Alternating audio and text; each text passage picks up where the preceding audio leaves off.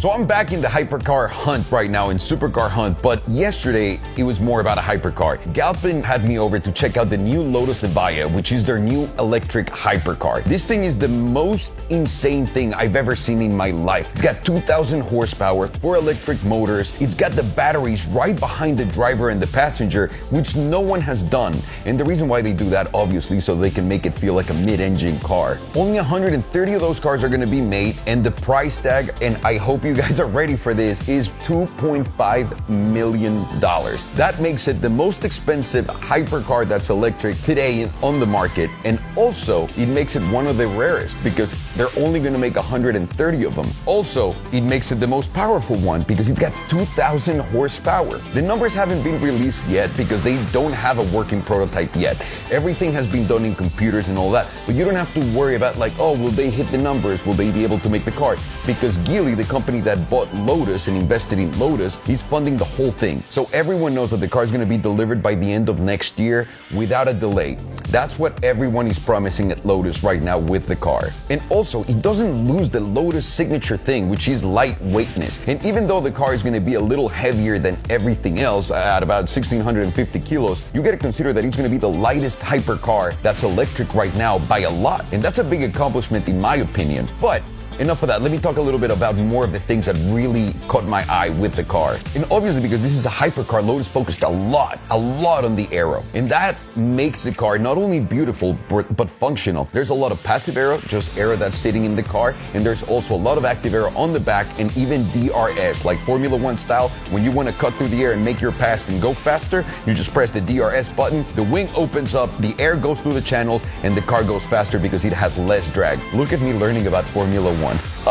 Who would have thought so? The figures as to how much downforce the car is going to put up at what speed, they haven't been released yet. And again, it's because they know the figures on the simulator, but they haven't really put it on the road, and they don't want to overpromise or underpromise. Also, the 0 to 60 is not announced yet, but you can imagine 2,000 horsepower, it'll push the car really fast. They're saying under 3 seconds. I want to say they're very conservative right now, and that car should be able to pull it in less than 2 seconds. No question about it, because everything else will at that price. One of the things that I really liked about the car from the outside, again, is all the air holes that go through the car. On the front, on the bottom of the car, you have like some aero holes that go through the tires and then goes into the beautiful doors that remind me a lot of the 720S doors. And mind you, the doors don't have anything you can open the door with. It's a completely solid panel. They're saying that the user is going to be able to open the car with a remote. That makes total sense. Once you have your key, you open the door.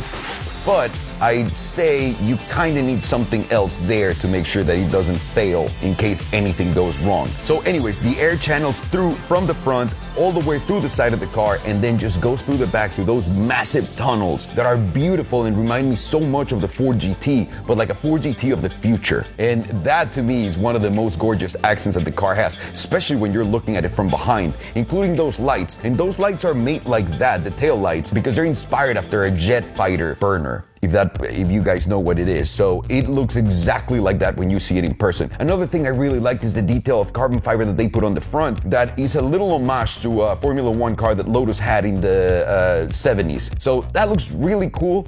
Not only looks cool, but it's like a little nice homage and also like a reminder to them of staying within their tradition, which is racing, which is heritage, which is all the stuff that they do really great. Now, I was wondering, what powertrain are they using? Are they using maybe a Rimac, kind of like the Pininfarina? Are they using their own? So they're using a Williams racing powertrain for the car. What does that mean? Williams also races in Formula E, and that is the expertise that they're borrowing from Williams to make the car go as fast as it's gonna go. So I think we're in good hands because Formula E has a lot of performance, a lot of heat, a lot of cold. The cars go non-stop really fast, and it's a lot of accelerations, a lot of braking. So the batteries are gonna be, I wanna say, pretty reliable, especially coming from that world and going to that race. You can tell that that's gonna be phenomenal. Also on the outside, the car has so many details. Again, like I said, the air on the bottom of the car, the air on the hood of the car, the doors that open with the remote. My God, those are beautiful. And you also don't get to see any mirrors. And the reason why is because they're going with what everyone else is going with, which is cameras that come out of the car, come out right of the doors. And I know a lot of people are scared of those. Are you going to be able to really see? And you can see whatever's in your mirror. If you were looking exactly at that door on your right side or your left-hand side, there's going to be a little screen. Sergio and I were lucky enough already to drive in Urus with those. And I'm telling telling you, it works flawlessly. Your visual range is pretty darn good, which I was very surprised about. I never thought that that would be an actual solution for this, and it is. Another little detail that the car has, it doesn't have a rear view mirror, but instead has another camera, and that camera is outside mounted right underneath that straight light that the car has, so you can always see behind you. And that is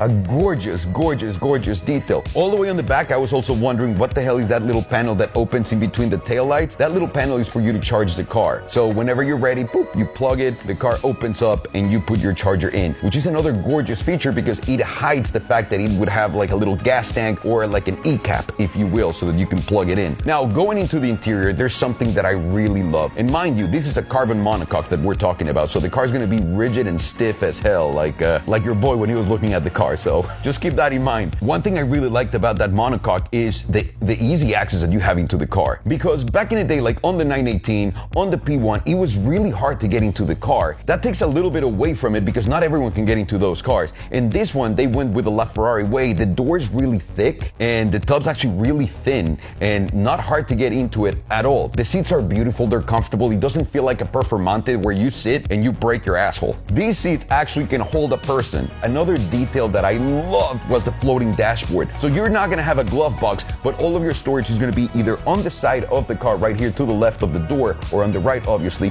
and also in another compartment right here, kind of like the 720S. That floating dashboard makes the car feel very spacious, and at the same time, even though you're in a tiny car, you feel like there's a lot of room in there and you can stretch your legs really nicely. Also, you're not sitting on the floor like in these hypercars like the Valkyrie and even the Valhalla, which is pretty crazy how you got a seat like a Formula One driver. It's cool, of course, but this is a more usable car that we're talking about. Also, in the Lotus tradition, they wanted to focus this car more on the driving experience. So they put that awesome steering wheel that has pretty much everything in there. So your blinkers, your radio, anything you want to change is going to be right there on your steering wheel. The only bad thing about that steering wheel that is so sexy and race-oriented is going to be parking, because that's going to be a weird, you can't do the traditional smooth operator thing with it. You're gonna have to maneuver that in a weird way, but hopefully Lotus will be smart enough to put a self-parking thing on it, which now with today's technology, those are pretty good. So if they can do that, then problem solved. The car doesn't have any problems at all. What else did I really like? I really like the center console, kind of like in the 918 style, and I love what they did with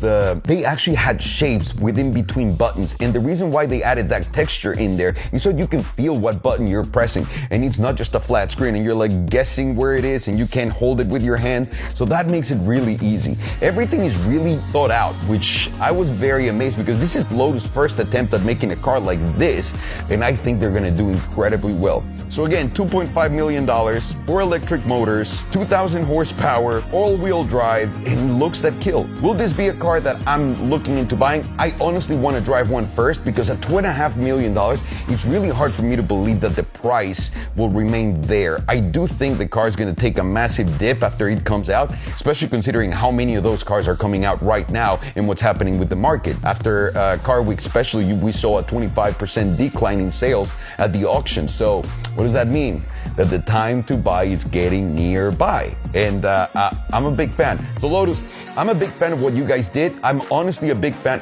I think that is the best looking electric hypercar that exists right now. And if I were to buy one without thinking about money and an investment, because it's not an investment, but at $2.5 million, I don't want to lose $1 million just by driving a car. I would take this one. Absolutely.